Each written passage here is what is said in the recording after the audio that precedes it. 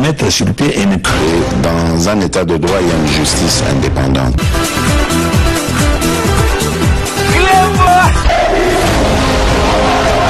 Ce n'est pas pour rien qu'il faut des conseils.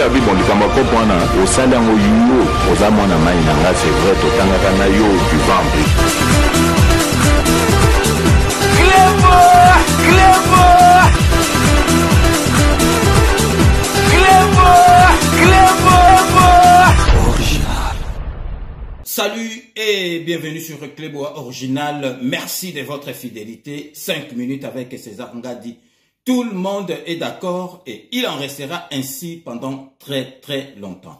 5 minutes à l'élo, comme vous pouvez vous en douter, comme il fallait s'y attendre. Togoeko Tika, Masolo et les Kakaka Boete. Parce que vraiment, Congolais, to éviter ceux qui, Congolais, Bakoiko Kosa Bango, lisusu parce que Congolais azali lisusu Congolais akalate. Congolais ya siko ya président Fachi Béton azali Congolais neti akalate. Parce que Congo ndenge komi sikoyo mutu lokola Kanambe ba genete o Kanambe sala ekoki ko sala maka lisusu te. Parce que Congolais akopesa susu chance na étranger te aya ko konja biso. Donc to éviter na miracle nini po tout le monde a que Congolais qui flou et puis Congolais qui n'est yuma donc bah pesa penza chance logo pamba bah pesa penza lu pembe pa ya Kanambe bota ninga sala biso donc muta qui na ba bot donc comment donc na famille mobimba ba milliardaire mais ça ne va plus se répéter makambo ya ndengwana donc les lots ozali kolobela forum oyo et salamaki na Katanga o bango babengi forum ya réconciliation ya ba Katangé. Est-ce que vraiment toloba te est-ce que est-ce que ba Katangé baza pendant un problème? Est-ce que ba Katangé baza vraiment un problème? Et puis son totalissima ezali kaka ba sango donc ba évêque donc ba tuana nyo surtout na lingala to benga bango ba sango. Donc, ce qui tolobeli, église catholique, ndeki tolobaki, ba misusu, ba monaki oneti, tosali, manquement moko na cardinal. Non, tolobaki vérité. Parce que église catholique, comme tezo, kota na masola politique. Bota la kuna, évêque wana mutasangi susu batu, on dirait que, ba, katangé baza na problème. Mais tant on va katangé baza na problème, na baluba, yo évêque, ozo ki initiative wana te ponani.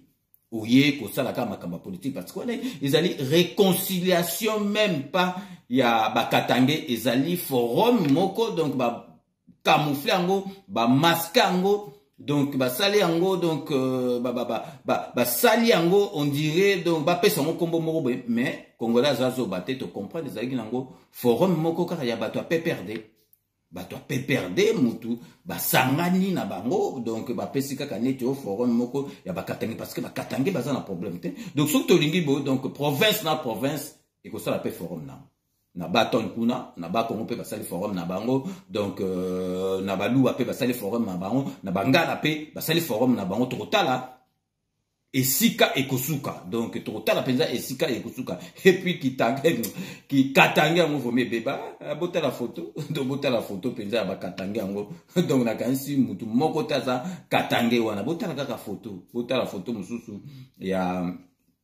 mama oyo alobaki makamba ba Katangé ndenge nini baluba bazoya na Katanga bango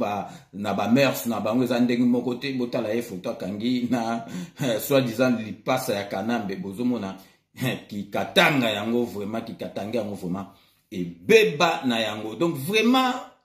tolingi nanu parce que to moni eloko mo parce que tant to bando lo ba makam na 5 minutes ba to bando mo na biso neto to nga Katumbi te donc Katumbi ba yaki na union sacrée de la nation mais boye bake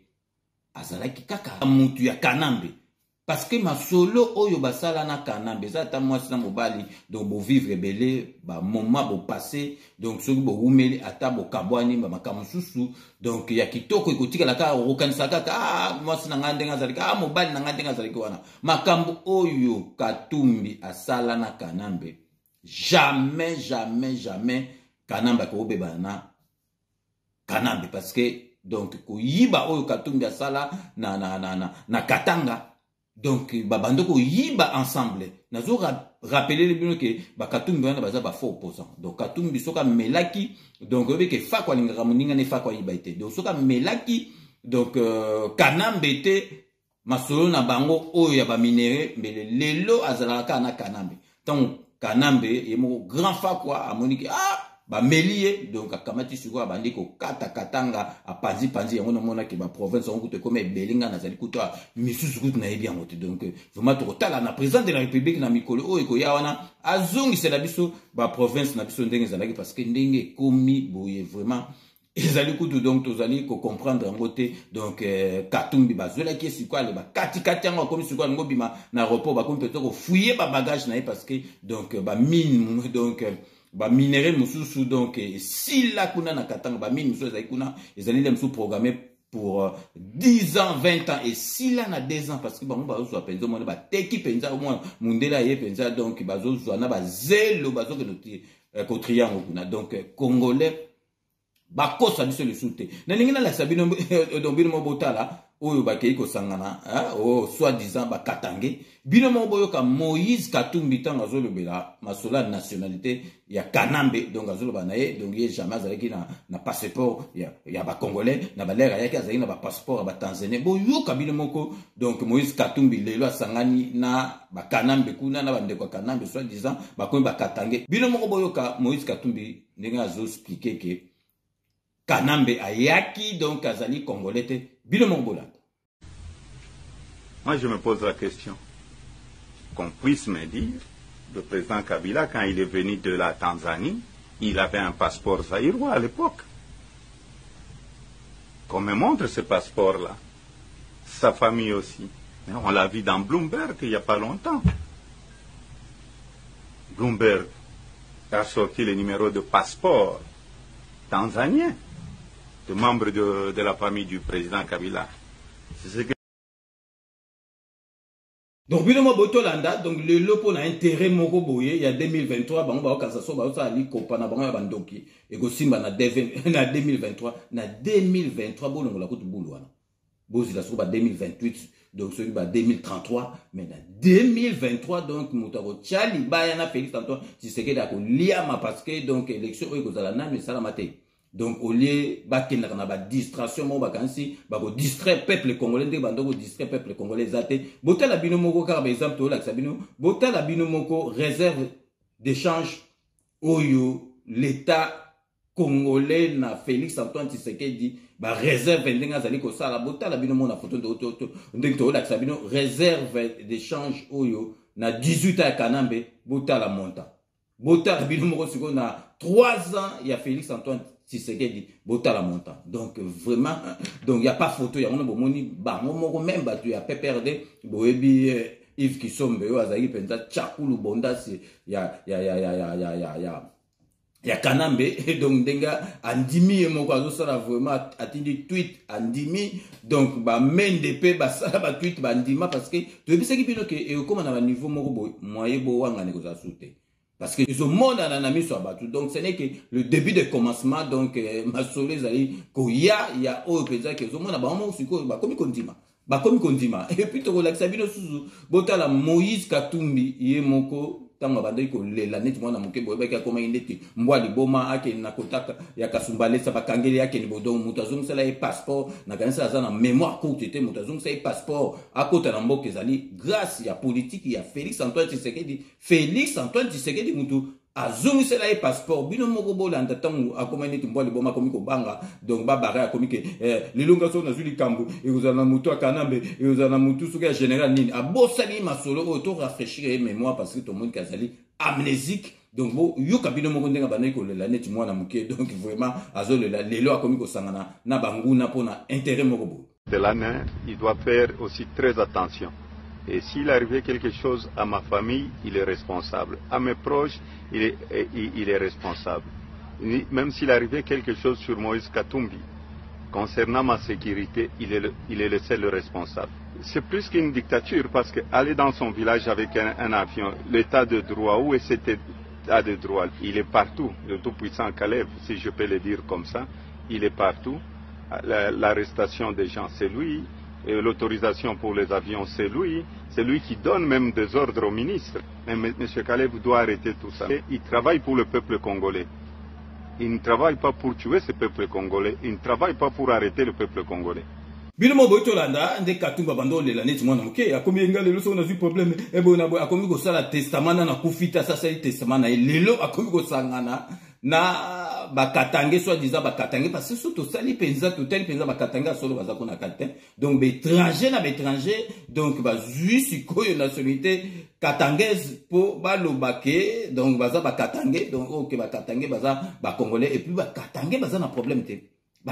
Katange baza na problème te o surtout kaka basango kaka mutu bazo sala makambo donc vraiment avant to enchaîner to remarquer pause publicitaire ya ba partenaire na biso mais avant to sala yango bobi ke to ebisaki bino ke to zali vraiment na matanga donc bana njili quartier 7 bana Paris plus précisément bana Seine-et-Marne na Damary les Lys donc tozali na matanga o betaki biso penza yego zo biso se prendre biso donc to bungisaki donc Robert Tingi qui sensi o ya tiki biso vraiment na isika musala donc liwa ezuye parce que liwa vraiment eponakate donc vraiment ezo sala biso pas siti lelo tozali kondimate ke atiki biso donc wani zali mokano wa nzambe donc Robert Tingi donc qui sensi o atika biso donc tozali kopesa bino programme donc barokundaye vendredi prochain vous allez 27 donc ils la jour et enterrement donc au sengi na bana njili surtout tobi ke bana njili baza vraiment solidaire donc na bana Seine-et-Marne na pays mobimba donc to ya vraiment to mema Robert Ntingi na dernière demeure na ye donc tokotika yango te tozopesa bino ba programme surtout donc vraiment pour na continuer tout ça la pause publicitaire na biso ya ba partenaire na biso ndenge boyebi Kodia Simo ezali donc société OPC vraiment occasion na bana mboka na congolais soit comme propriétaire ya bandaku site oyo ya maluku ekomi déjà na suka donc tozoke nisiko na ba masola mwanda et puis bobo sanate donc Sepela TV décodeur ya bana mboka Sepela TV ezali décodeur oyo biloko nyuso tout ya elenge au congolais ngere ezali na kati et puis yango oko voyager nango partout différence nango ezali okotika mwana ndako te oko voyager nango partout et sika nyuso internet ezali okotala yango et puis bobo sanate donc Wami Service donc fret maritime Wami Service donc ya Mireille Wankake fret o ezali okotinda biloko na avion na bateau donc ozali kutu ya kolelate ezali na 5 boulevard Ornano na Paris 18e na porte de Clignancourt et puis bobo sanate salon de coiffure na biso El Binto coiffure na Saint-Denis El Binto coiffure ezali vraiment et sika ba professionnel donc soko koti ba comment on appelle ça que suki na yo ezongi neti penza donc qui jeunesse na yo ekobima donc restez connectés sur Clébois original on revient tout de suite. Kodia Simo vous propose un crédit immobilier. Vous êtes du Congo ou de sa diaspora? Vous désirez devenir propriétaire en RDC et faire construire votre maison en toute quiétude? Obtenez votre crédit puis commencez son remboursement uniquement dès la livraison de votre maison. À la cité Kimia, nos maisons seront toutes construites aux normes internationales.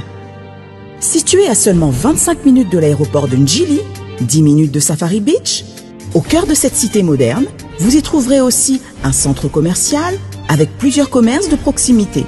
Nos bureaux sont situés au 173 avenue Mutombokachi, dans la commune de la Gombe, référence rond-point Forescom. Venez dès à présent réserver votre lot dans ce nouveau havre de paix à Maluku, ce nouvel Eldorado au Congo. Kodia Simo, la meilleure adresse pour construire la vôtre. Sepela TV ezali décodeur ya banamboka. Sepela TV différence nango ezali na ba décodeur mususu o tozalaka nango na kati ya ndaku Sepela TV botala ngo ezaka mukie. Eza mukie olingi ko voyager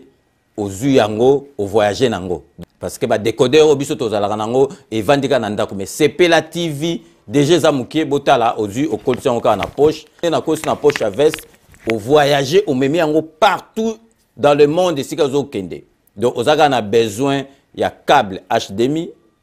courant na internet. Internet est comme partout, courant est partout. Donc ils en a plus de 500 chaînes surtout ya kitoko. Bilengi ba choix ya congolais kaka mutaoye bango. Donc congolais kaka mutaye bien. Congolais kaka mutaoye ba elengi nini yo kaka. Donc congolais kaka mutaye bien. Donc c'est Sepela TV ça ya banamboka bozwa abonnement nango okozwa ngo ya ne mobimba okozwa ngo pe par mois obengi bango na ba numéro na bango bozali komona donc Sepela TV ezali décodeur ya yo ya ngai donc ezali ya étranger te ezali ya banamboka avec Sepela TV tout le monde est d'accord et il en restera ainsi pendant très longtemps. Bienvenue dans le monde de Sepela TV. Sepela TV est le décodeur qui vous permet de suivre les chaînes du Congo en direct de la diaspora.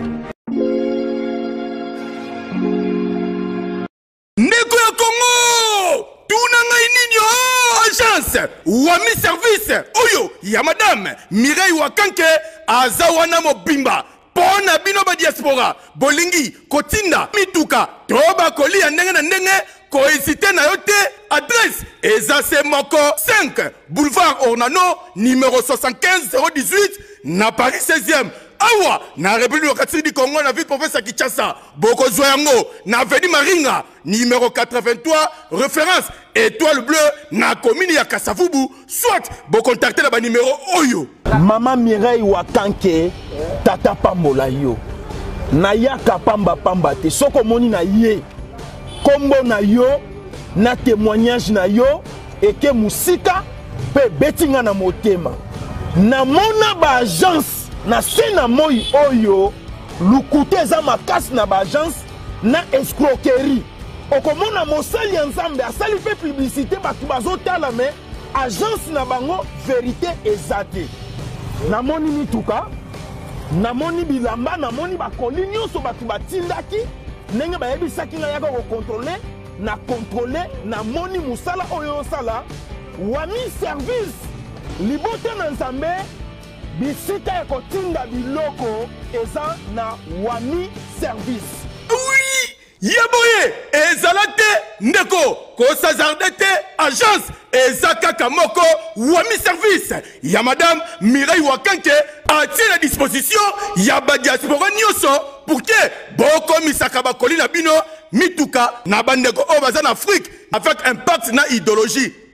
Wami service pardon maman Mireille Wakanke balinga pe ba congolais boyete prix ya mobobé Wami service et pas Mireille Wakanke. Wami service frappe na le frappe na retour. Bien mon boy tolanda ba partenaire na biso donc merci na bango ba pesa biso confiance bango bazwa ba espace ya onde permettra biso et de biso muke na ba mois parce que ba futa biso bon et puis bino pe en tout cas ndenge bozala rasima ba partenaire na biso en tout cas merci na bino na confiance pour pesa rapé ba partenaire na biso donc plutôt et bisa bino que rendez-vous ezali 14 juin à partir de 18h dans l'hôtel Millennium à côté il y a aéroport Roissy Charles de Gaulle et Sika Désiré Pongo à Kosangi Sabatu Désiré Pongo azali grand économiste donc diplômé en relations internationales yé aye kosa la banque ezali idolo ya kosa la banque ya diaspora banque congolaise de la diaspora parce que diaspora biso tozalaka na ba banque te to mona ka bekolo mususu ba ndibu ba sénégalais ba ivoirien bazala ba banque na bango na kata France donc pour la première fois congolais donc Désiré Pongo à kosa la banque ya diaspora pour na ba congolais donc ça va se passer donc le 14 juin à partir de 18h bokende kuna po boyo kandenge masolo wana eko zala et puis to bosanité celui to lobi makaba Désiré Pongo toko bosanate livre oyo ya Jean-Louis Chimbalanga la vérité de la vérité des urnes 2018 auto sengi na bino bosomba parce que ezali livre kaka ya politique te ezali livre oyo beta histoire ya mboka na biso avant indépendance tina 2018 donc parce que bato beli so ba moni titre bazo kansa eza makamba politique ba lo bela fachi rien à voir donc ezali zo beta histoire ya mboka na biso donc sikoyo tolingi toloba bato bazali kovanda na ba forum ceux qui basali forum ya réconciliation ou les batika masolo oyo bazo sala batika ko distraire peuple congolais parce que peuple congolais à lamuki peuple congolais à lamuki tozali ko lakisa bino au lieu basala rabo il fallait batonga te école batonga ba école basala katange ko mabie tozomona ba nzela ndenge ezali ko salama donc malgré tout Katumbi azali kuna akosi batna ba stade abiloko boka okeye ayibande koleka bili azali commerce biloko nyuso longo teka fufu olingo sala donc ibande ko passer nyuso pa inaye donc tozali ko lakisa bino le président de la République botala esika bana oyo babandaki kotanga na mabele grâce à président de la République le lobana bazui ba école ya malamu exemple yango oyo bakoki kolanda olie ko distraire peuple congolais na ba forum ya ba faux katangé oyo réconciliation auto éviter parce que katanga ils ont un problème. Donc restez connectés sur Playboy original, on revient tout de suite. Vous asseoir. C'est un sentiment de joie d'ailleurs et nous remercions nos autorités d'avoir songé, nous doter d'un bâtiment comme ils sont là. Les enfants qui étaient dans de mauvaises conditions aujourd'hui se retrouvaient dans de meilleures conditions. Même psychologiquement, l'enfant sera bien posé, il va bien suivre les cours que le maître va lui dispenser. Donc nous espérons qu'il y aura des fruits meilleurs.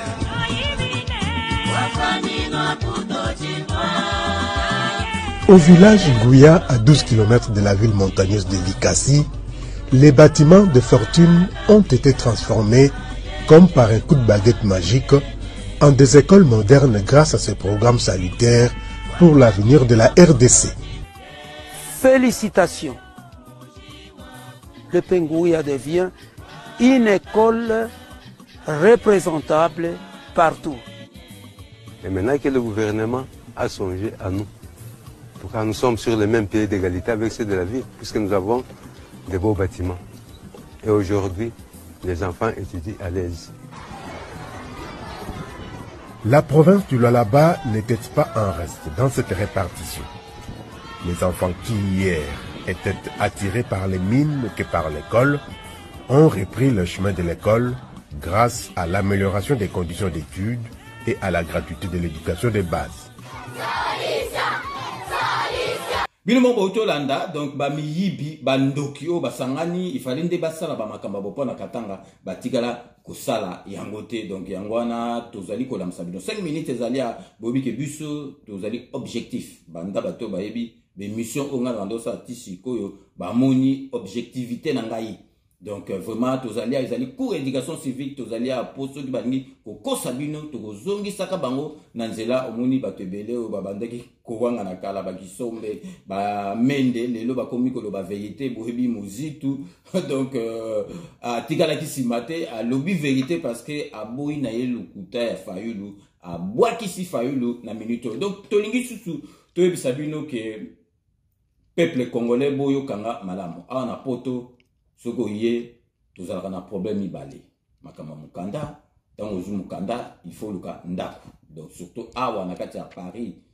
en France à Wana surtout à Paris ndaku ezali likambako sakanate surtout sur les assos étrangers et comme rassou plus compliqué. On a tous ali les lots. Kolak sabino boye ba ke solution na bino ya ba appartement ya ba ndaku ya ba maison ici et bongi bozala déjà ko sepela kitenge appartement de konabiso ya congolais. Na combo ya kitenge appartement atia kitenge appartement parce que ye azozwa solution ya bandako pona ba congolais nyoso ezali te ko ya lukuta o bandako obuke sila ezali asala na agence de la forêt donc ye azali mwana mboka asala kuna ba congolais bele soki akomi ko sala na mindele akomi ndeko aider olia aider bandeko na ye azo poata bango bazala même yibi bazala boy okoma bo encore mundele mona sawa koma mona yo za congolais mo ga ndenge mususu yo flatteur yo komo boma bani olio aider bato biso pe tout ça na ba social tout ça la pena ba commune batu ba yebi donc fifi filo far ya l'homme la Mercedes André Bia baro témoigner biso to aida bandeko na biso parce que tozaki na esika to pesa ba misala mais congolais za soko azo commence azo sala na mundele oli a aider ndeko na ye ala komi comment neti mundele wana babota mane na kisasa donc solution to répéter solution na bino pour na bandako ezaba moyen so lingi pavillon yokaka soko lingi appartement yokaka donc adresse ezaka moko kitenge appartement donc vous baignez dans numéro de téléphone les autres défilés 07 51 43 21 26 numéro de défilé wana donc bo banga na binoté soki oluki olobi il y a 2 pièces il y a 3 pièces au pays ko visiter yebara ke ozu yango ezate ko pays ko visiter bapesi mundelo bene yeso qui a faire visiter ndako préparer déjà bambongo na au côté. Donc celle adresse muto ko contacter na poto tobi na France ndenge ba appartement za la passer kitenge appartement bon mon numéro na ezali ko défiler wana. Donc solution na bino ya ndaku esili bozu déjà solution na kitenge appartement.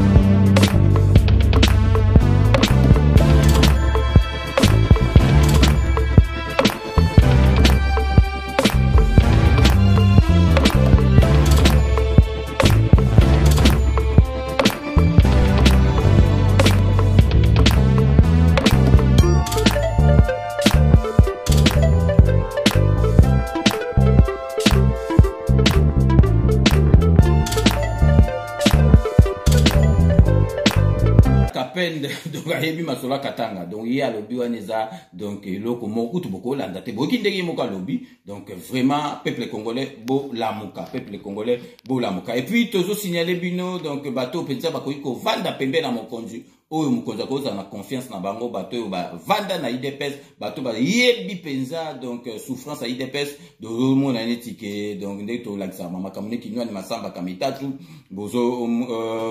mona neti yazali envoyé spécial à part wana azalaki déjà na IDPS bandaka la et puis na relaxa bino ba image ya be mission oyo ngai na bandaki ko yambaye na niveau radio avant pouvoir écouter puis tokobo sanate topinka bongo azali vraiment secrétaire particulier à chef de l'état et puis toko benga donc tokobo sanate que ange donc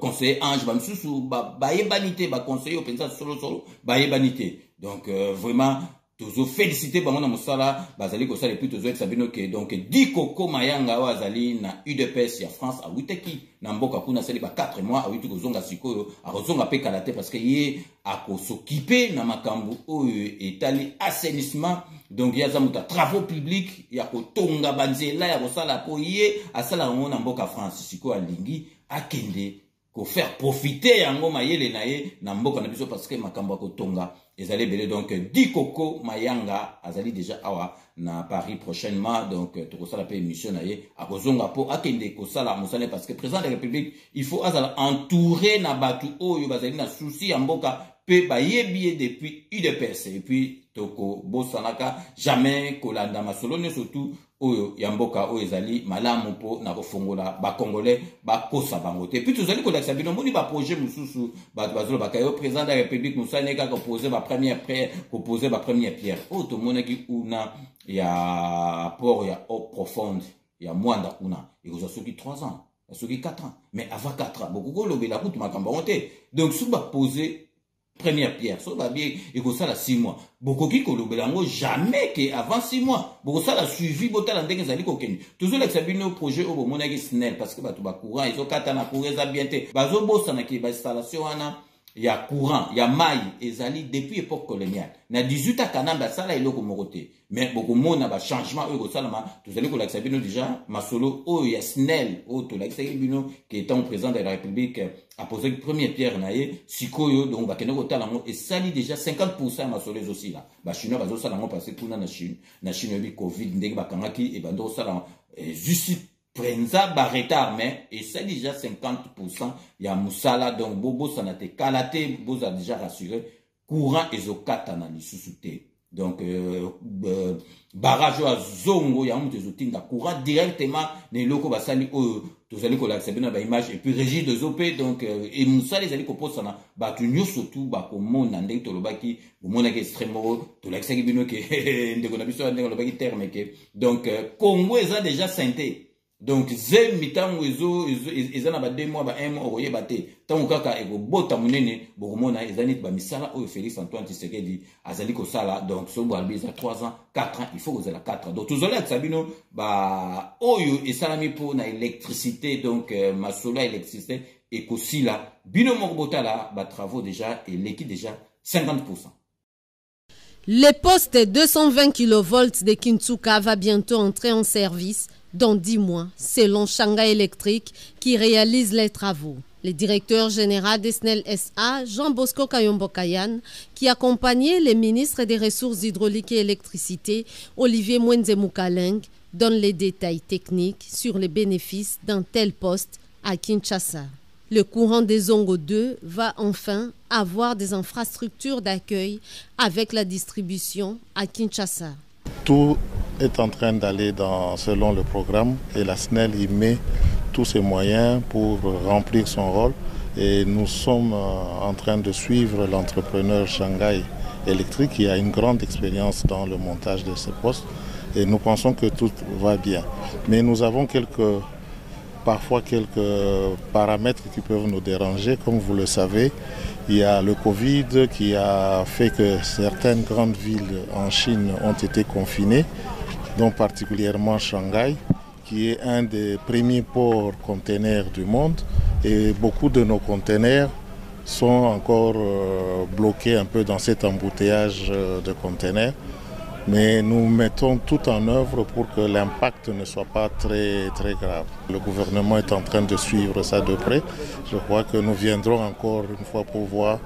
ce qu'il y a, comment ça évolue et s'il y a un problème, je crois que des solutions seront trouvées. Près de 2 millions d'abonnés à Kinshasa seront pris en charge par ces postes.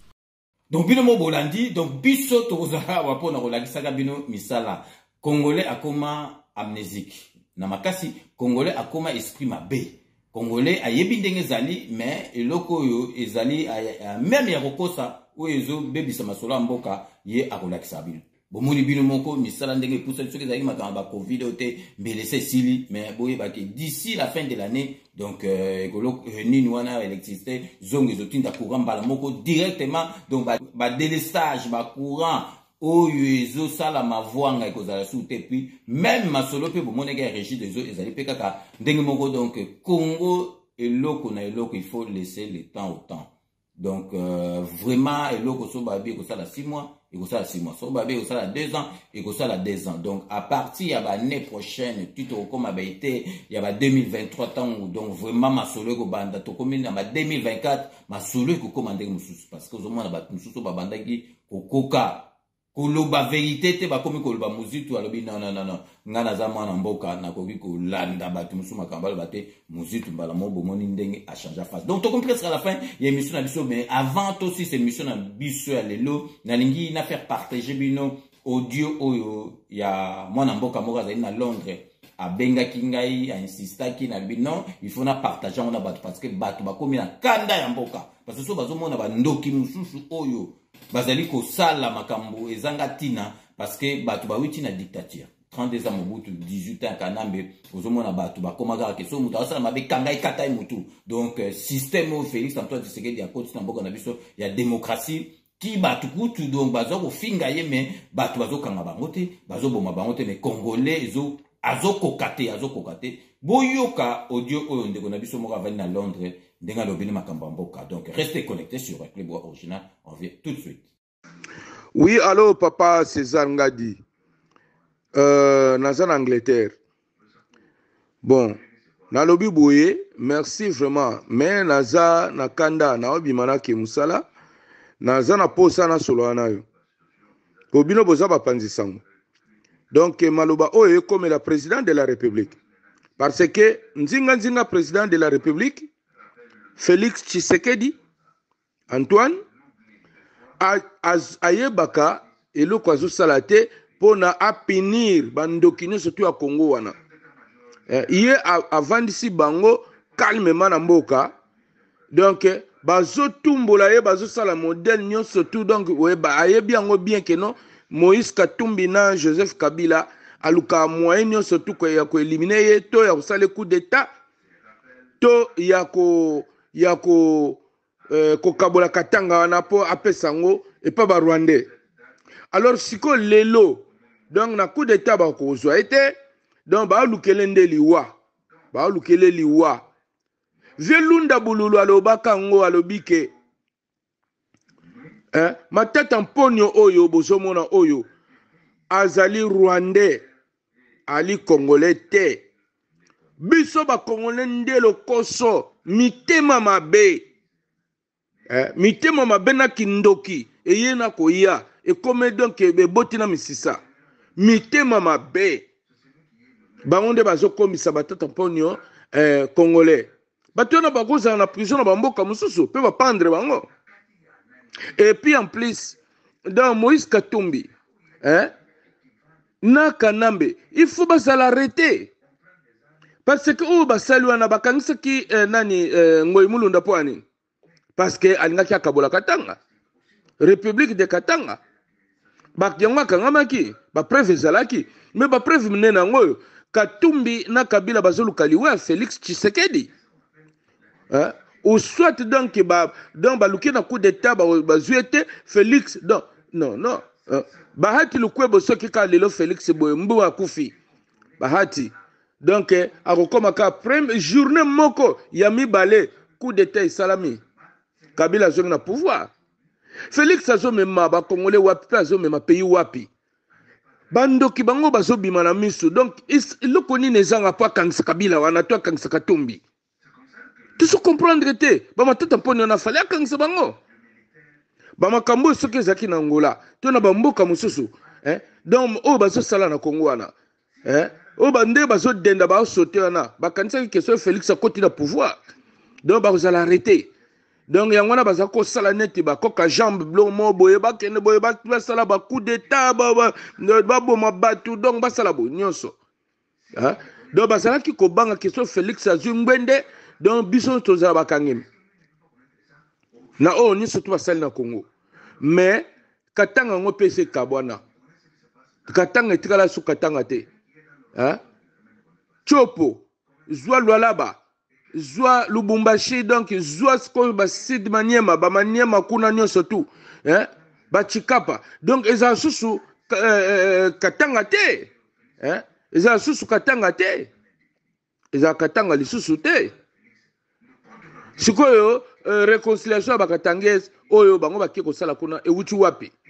ba moni yango na moi boye oyo baki yoka na Moïse Katumbi na Joseph Kabila donc Joseph Kabila ngo amonani yana ye oyo aza lokola mwasi te lokola mobali nzoto solo aza boye tufi na ye donc lokola basi te bazonga na mboka na bango donc bakonsidera ye ka mwasi na Congo bakonsidera ye te ka congolaise ape bomba basi ba congolaise ba kitoko mibale ba congolais ba kitoko baza lokola yana ete Kabila te na Jeannette bango basa ba rwandais ba étranger ba étranger balongola mboka na biso salité ba salité ndengwana babima mba komisa Congo soki ndeni babima mon cher président d'une fois soit acte de proposer acte donc il faut na kanga bango azo bondela bango lokola so nini mwana même bana otozo bokola soki lelo mwana na azokela ba parente azokela ba camarade teto azoka libanda bazolobela ye mabe mena katanda ko papa na mama fo ba pinir bana ana faut pinir bango donc batiki batu wana donc ça lisanga ya bondoki lisanga ya peperde bakesala donc ndenge baboma kyungu ndenge baboma muse ndenge baboma nyonso tu ba massacre nyonso basala na Congo lisanga ngo yango wana bayeko bimisango na moi donc Kabila ndenge allo papa César donc na ndenge na tindi voice oyo sala tout papa na ngai sala tout le moyen est comme la présidente de la République. Sala tout est comme la présidente de la République. Mon côté alingakaliwa. Avant dokia bomayo yo bomandoki. Bomandoki. Kabila ndenga vandi saye wanana calmement azo denda azo sauter lokola tsombokila. Donc Kabila azo aluka donc liwaya Félix aluka liwaya Félix. Ndenga zawana. Po alobaka na Windhoek. Je ne vous dis pas au revoir, mais à bientôt. À bientôt, donc on a beaucoup d'état, na poison à zuete, donc on a qui nous lukele liwa bakabola, donc basalaboui. Yangwana. Donc tambe moi ba luke à zuete, donc ba luke na beaucoup d'état à zuete, donc ce qu'on nani François Mwamba. Donc François Beya, ce qui François Beya, bango ananyo surtout, ba luki liwa Félix. batiaki pembeni po éliminer Félix koéliminer wana baformule na bango esili te baformule na bango esili te donc formule ya coup d'état esimbi te sikoyo bake kote ya Katanga kuna réconciliation après formule mosusu kobima baza na baformule ebele oyo bazoluka liwa ya Félix alors Félix atiki bango basilisa baformule non fakangisa bango tozoluka to sauver président de la république pe to sauver Congo alors ye moko président azomona aotika bango basakana na mboka basakana na bakongole ndenge wana eza kitoko te papa eza kitoko te vieux Chichi pena donc ya Chichi que président de la république ndenge azalaki wana Kabila mbela vanda su na mboka na te mbaka tumbi ombe baza su wana te alors siko ne tozoloba boye donc bazosakana na Félix baomona yuma ozomona il faut Félix amela Guinée amela pena Guinée amela Guinée po efongolisa ye pena don epesa ye bulu yeke na mutu akangisa bato dioso mokili mobimba ba félicité ye atiki bango kabo ndenge nini oh lelo soki akufi bakongole baozala ndenge nini nana omundela biso susu lelo tolobi en tout cas donc soki boza na ba téléphone ya numéro ya téléphone ya président to po bato na baza nzinga président babombelaka ye ba vérité biso peuple tozoloba po ya nini président na biso azokela biso te azosalela ka oye moko alingi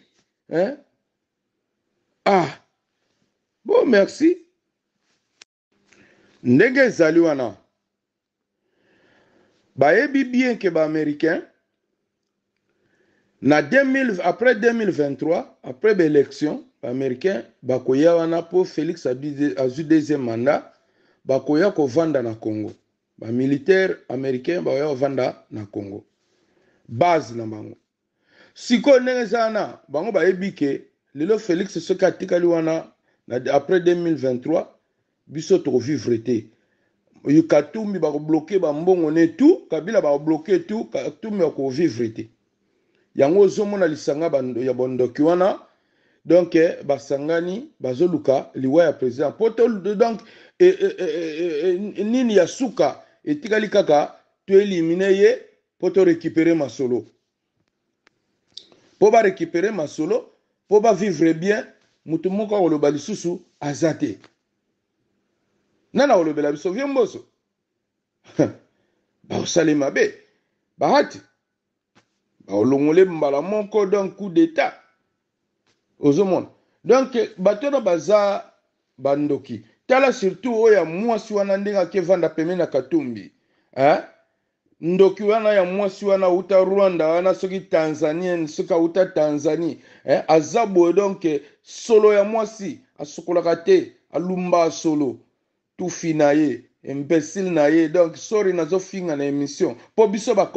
basi biso ba congolaise bakoza lokola donc Jeannette te salitaire mwasi na kati ya Congo a virus alongwana na kanambi balongwana ba virus mo boye ba memela biso na soki tata na bango ba boma eka na tonga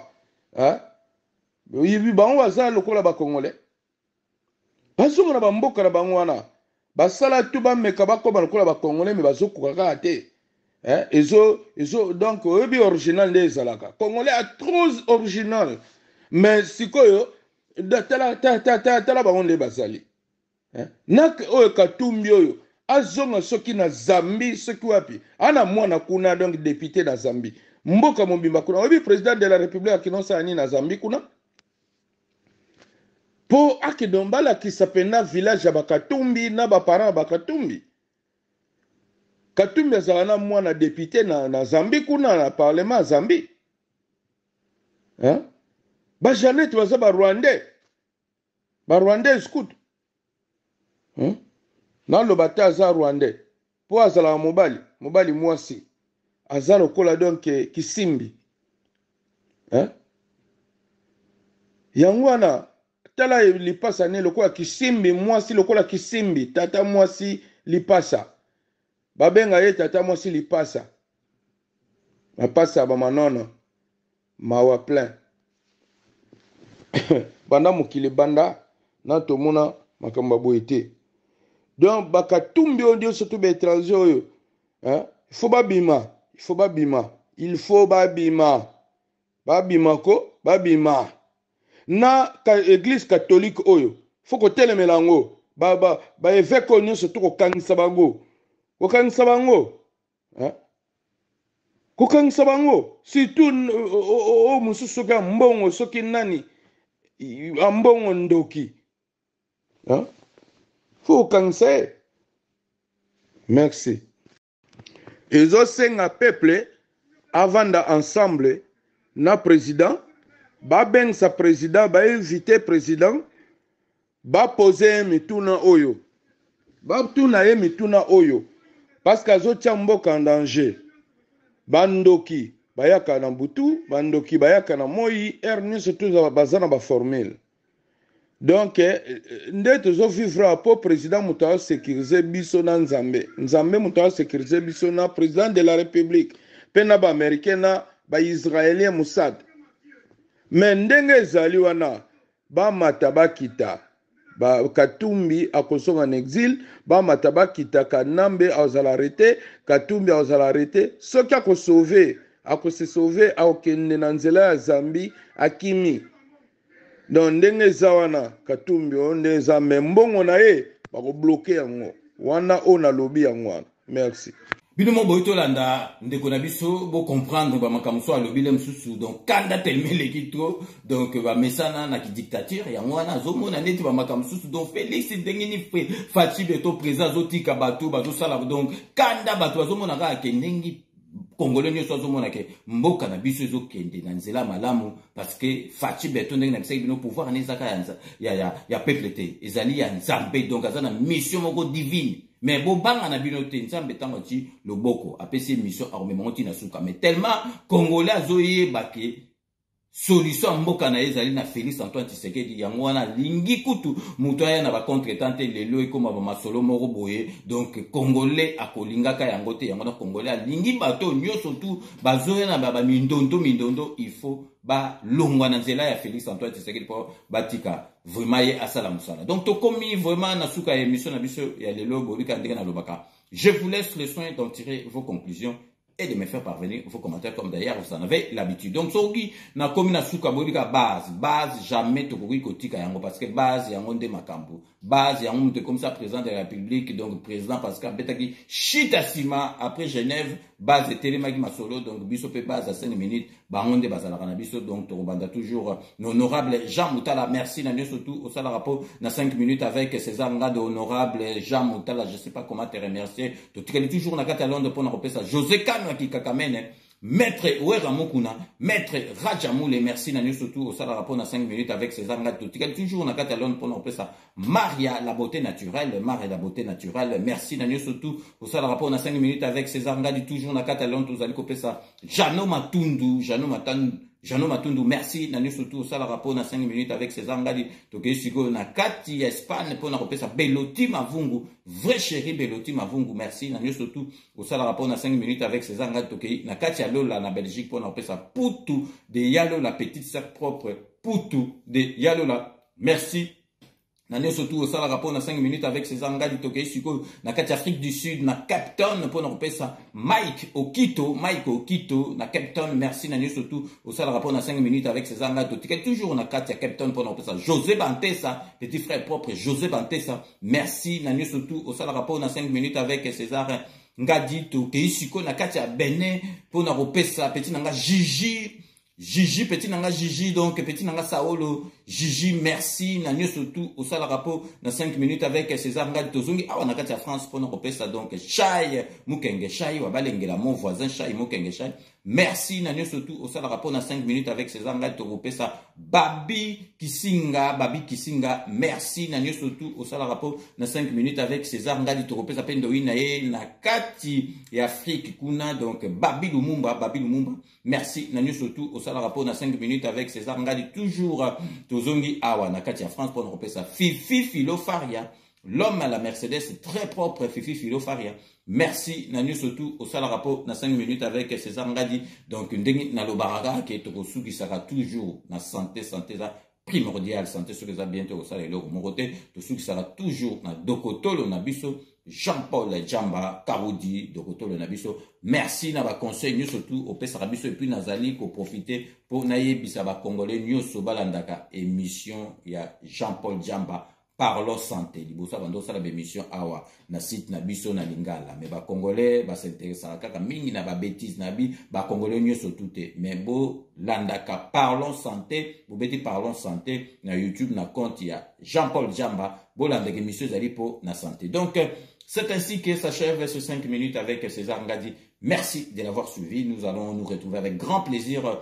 dans 24 heures pour un nouveau numéro. D'ici là, portez-vous bien et à très bientôt. N'oubliez pas, tout le monde est d'accord et il en restera ainsi pendant très très longtemps. Bobo Sanate, Kanambe, Arozwa, Masolo, Nambunchu, Penadikos.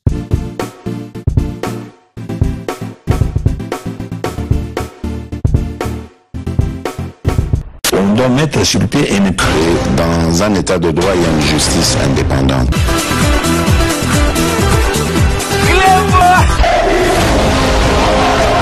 Ce n'est pas pour rien qu'il faut découvrir. C'est